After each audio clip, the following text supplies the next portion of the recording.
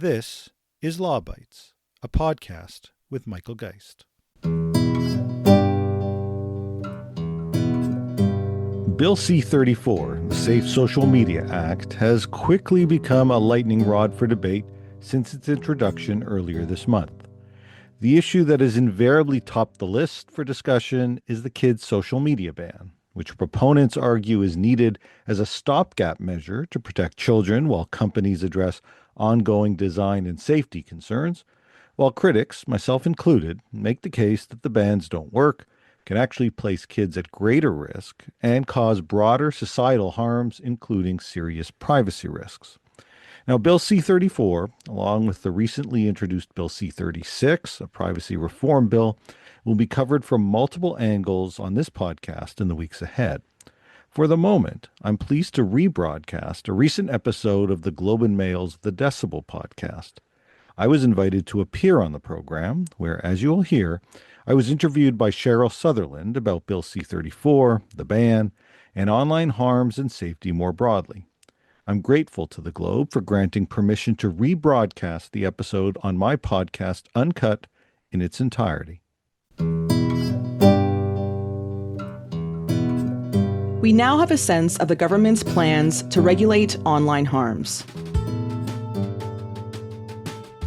On Wednesday, the federal government unveiled the Safe Social Media Act. The Act will establish a minimum age of 16 to have a social media account. That's Mark Miller, Minister of Canadian Identity and Culture. The Act will require social media platforms and AI chatbot services to do more to protect children and make their platforms safe by design. This legislation has been in the works for a while. It's the third time the Liberals have tried to tackle online harms in the past 5 years. And as Minister Miller says, the bill has a strong focus on protecting kids. The goal here is to compel social media and AI chatbot companies to adapt their products to mitigate harmful online content, like bullying, content that can lead a child to self-harm, or inciting violence. It also introduces age verification for adult content online. What's getting a lot of attention is a measure to ban children under the age of 16 from having accounts on regulated social media platforms, at least until the platforms can comply with new design requirements. This will all be enforced by a new regulator called the Digital Safety Commission, which will oversee and enact these rules. Dr. Michael Geist is our guest today. He's a law professor at the University of Ottawa, where he holds the Canada Research Chair in Internet and E-commerce Law. He'll give us his take on the strengths and weaknesses of the legislation and whether he thinks the government is striking the right balance in order to protect Canadians from online harms. I'm Cheryl Sutherland, and this is The Decibel from the Globe and Mail. Hi, Michael. Welcome to The Decibel. Oh, thanks so much for having me. So we will get into some of the details of this proposed legislation, but before we do, what was your overall impression of the Safe Social Media Act? Well, on the one hand, I was happy to see some of the, I think, good policies that we found in the earlier bill resurface yet again. Notably, this notion of a duty to act responsibly as a foundation for how we approach the idea of regulating social media companies and potentially AI chatbots as well. I think that offers some flexibility. It offers the potential, I think, for real regulation and for some better safety measures long-term for Canadians. So I was certainly happy to see that. But of course, the focal point for many was the social media ban, which I think is a mistake and bad policy. And once you scratch below the surface a little bit, candidly, you find that so many of the decisions associated with what the law will actually mean and how it will actually work have been punted either to a future cabinet or to this Digital Safety Commission that, of course, as of now, doesn't even exist.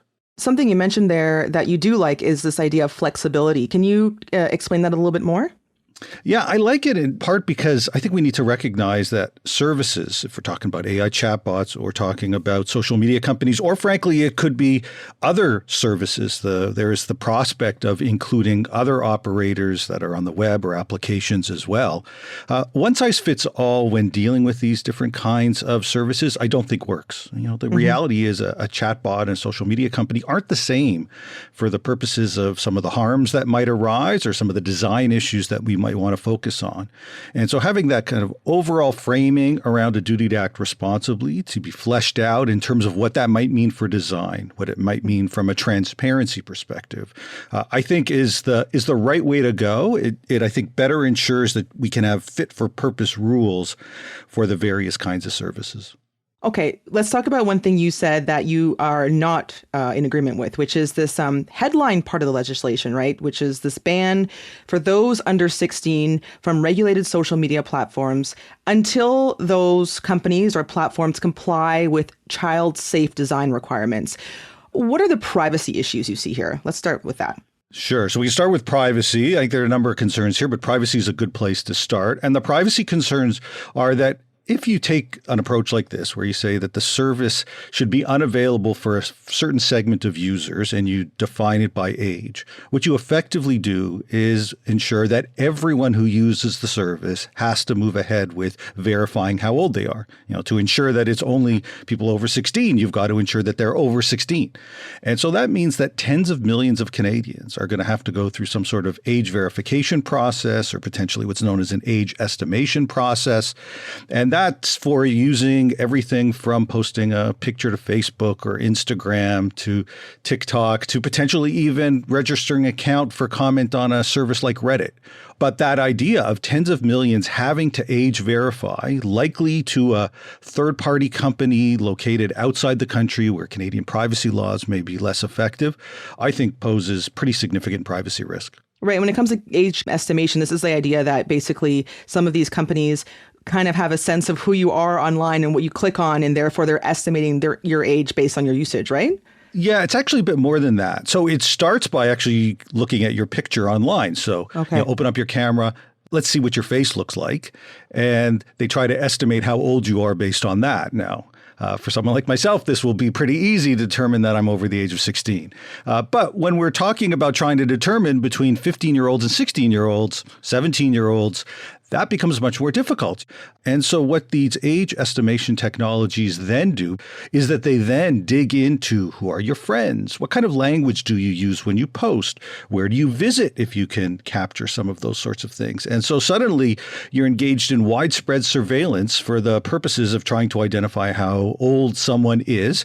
And all of that is being done in part because there is concern about using the age verification model, the other model, because that involves having to both take a picture and upload ID, because you've got to ensure that the ID belongs to the specific person, which creates a potential honeypot for large amounts of government-issued IDs. And in fact, we have seen security breaches in the past. Discord, for example, a number of months ago had 70,000 IDs hacked. And if you're going to build this up for a full population, as is largely envisioned by this law, that's a pretty ripe target for someone who wants to gain access.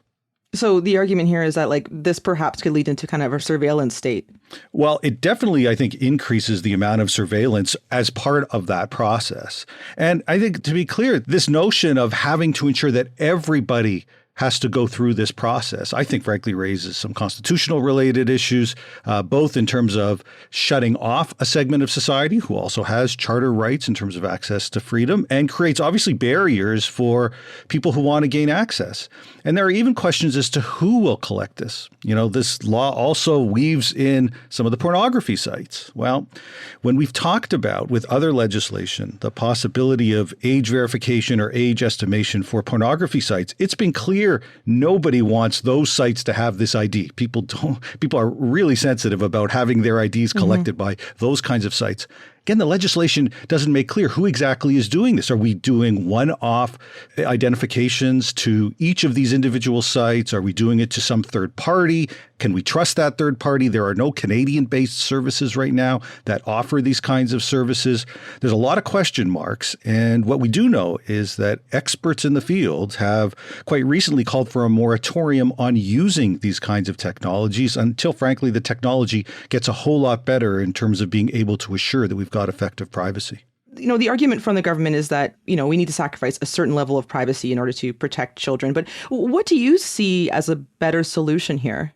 Well, I think some of the better solution actually is in the law. So that duty to act responsibly, I think, is a good starting point. Age-appropriate design, better transparency about some of the rules, and real liability where these companies fail to live up to the rules. I mean, frankly, that's the framing that you need, I think, to deal with some of these issues. And I think it makes it a safer and better environment for everyone. This sideline, which becomes sort of the focal point, I think feels like a bit of a Band-Aid. The truth is, we don't know a single company that is even subject to this law because all of that is to be decided by the government. We don't know what age verification has to look like because that's still to be decided by either Cabinet or the Digital Safety Commission. And then the companies themselves don't know how to make this temporary because those rules are also to come from a Digital Safety Commission. We're talking about a major undertaking that is going to take years. Mm-hmm. And so, honestly, if you're a teenager that is concerned right now that you're afraid that you're going to be blocked from being able to use social media, in some ways you can breathe a bit easier because the likelihood that this is going to be effectively implemented while you're still a teen is pretty small, quite frankly, given just how much has to be determined and done.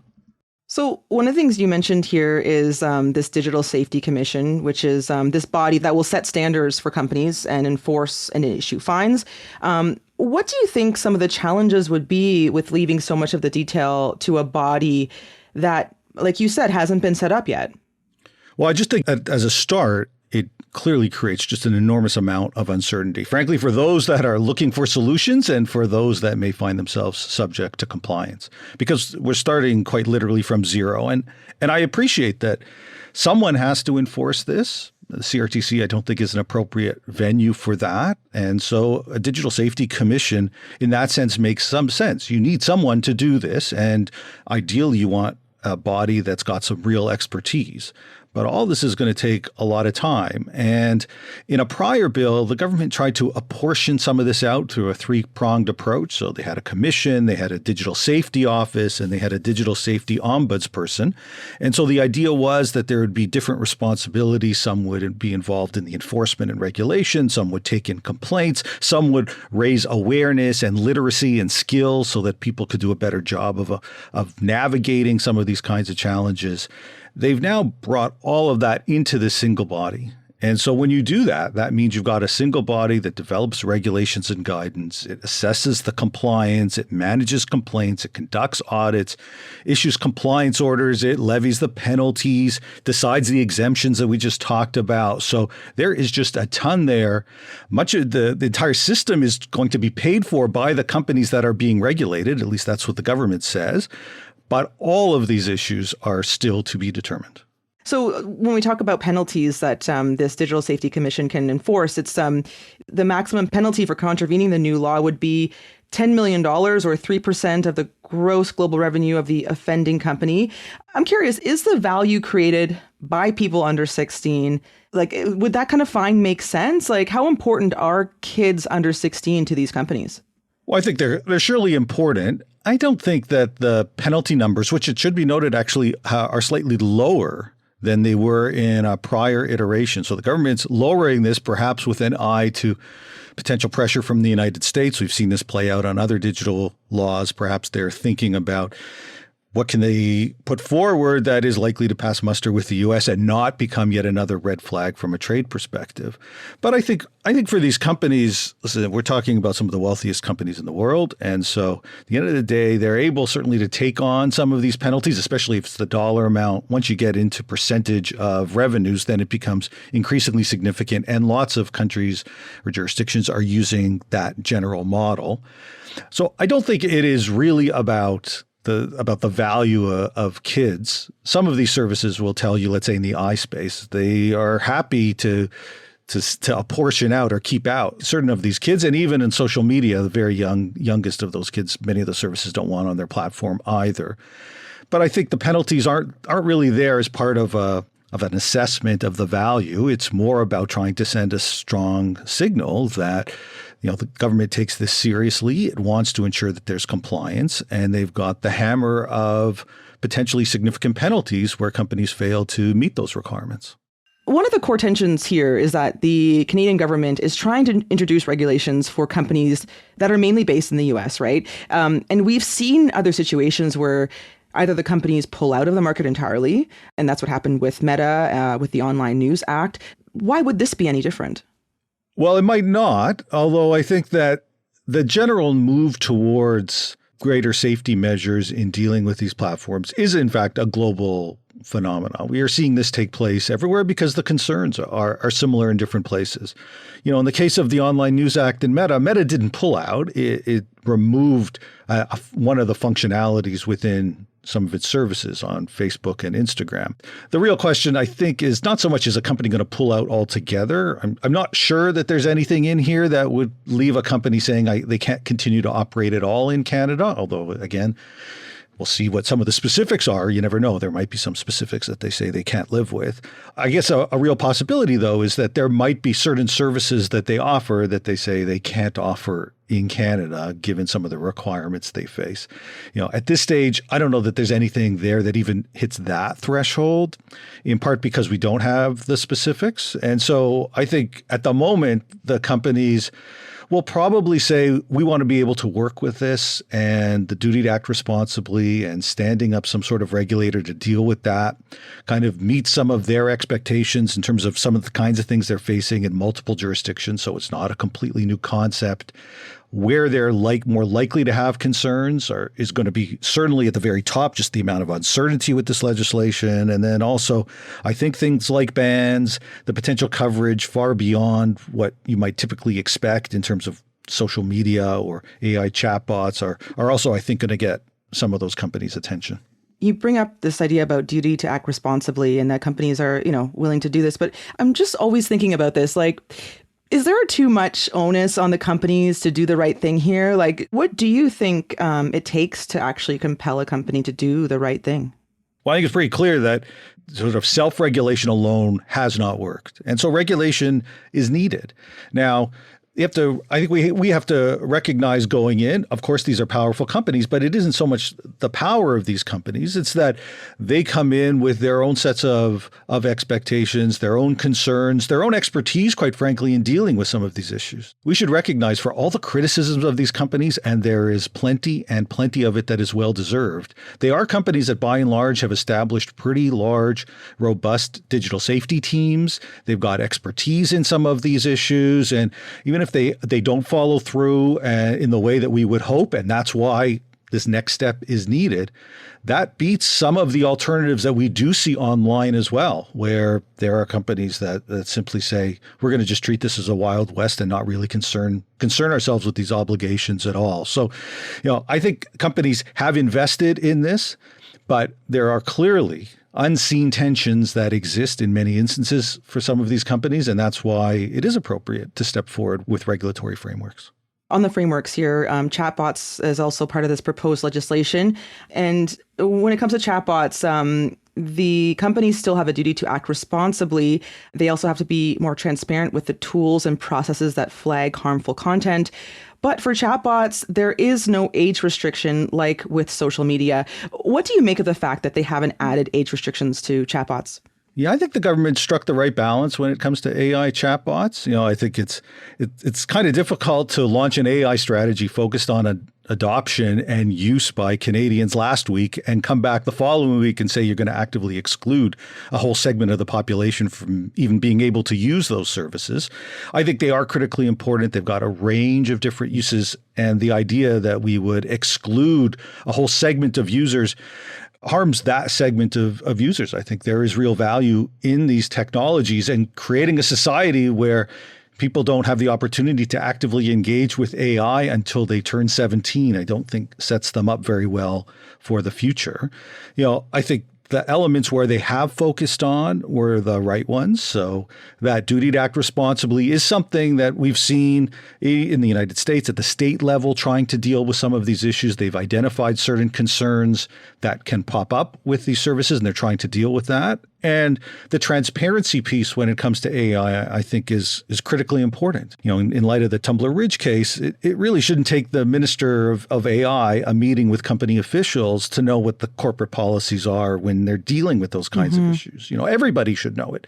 And so being able to ensure that we've got greater transparency associated with that is the right thing to do. And I would add that I also think it was the right approach to say that for now, we are not going to rush to require greater levels of disclosures or alerting law enforcement or other authorities based on chatbot conversations. And I know some were looking for that, but to recognize chatbot conversations aren't like public spaces in social media where people are actively engaging. These oftentimes are a lot of private communications, and suddenly requiring intermediaries, whether AI services or cloud services that might host digital diaries or things like that, and saying, well, we want you to actively monitor what people are saying and potentially then alert law enforcement or other authorities.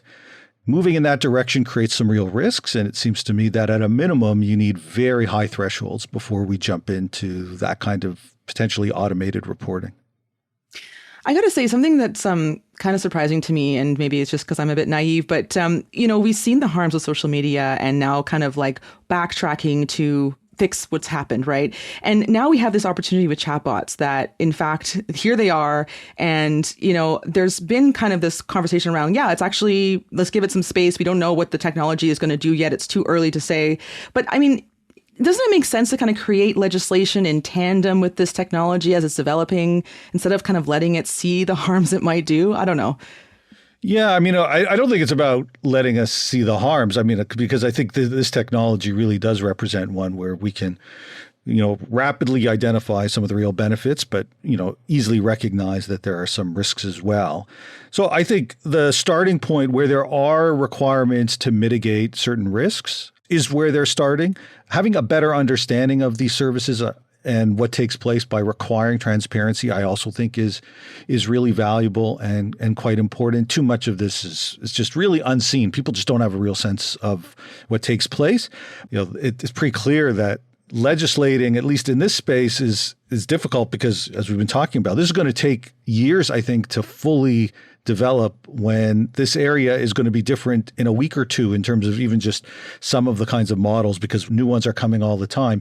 That means, I think, that we ought not be about regulating particular models per se, but rather setting the appropriate frameworks and bringing in these services into regulatory frameworks. And that seems to me to be where the government is starting. Though I can recognize some will say, hey, even more is needed. But part of the more, and we talked about privacy a little earlier, is the privacy side of this. Because if this is a two-sided coin in some ways, one side is the harms when we think about these services. The other, of course, is our data and the privacy-related issues, concerns about potential misuse. And, the fact that there are even privacy concerns with the solutions is a bit ironic. I would expect that we will see very soon the government put forward that other side of the coin with some sort of privacy legislation. And then we can better judge, I think, the whole of what they have in mind in terms of dealing with online safety as well as AI safety, which identified those two issues as two of their North Stars. Okay, so we're still waiting for that privacy puzzle piece, I guess. So on this proposed legislation that was introduced on Wednesday, when can we expect to see any of this come into effect? We are looking at, a pretty lengthy process. This bill isn't going anywhere right now, and the government is going to break for the summer, probably sometime next week. So that means that they will be starting from scratch. No doubt they will be hearing from many Canadians. Everybody has an opinion about this over the summer. I would expect that we will see into the fall and potentially even into 2027 this bill slowly making its way through committee. A lot of people will want to be heard. It will then go to the Senate, and we'll see much the same thing.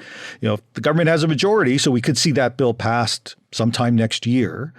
But even with that passage, that, as we've been saying, is really just the starting point. And we are talking about many months, potentially years in some cases, before all of these various rules are sorted out and certain of the obligations begin to take effect.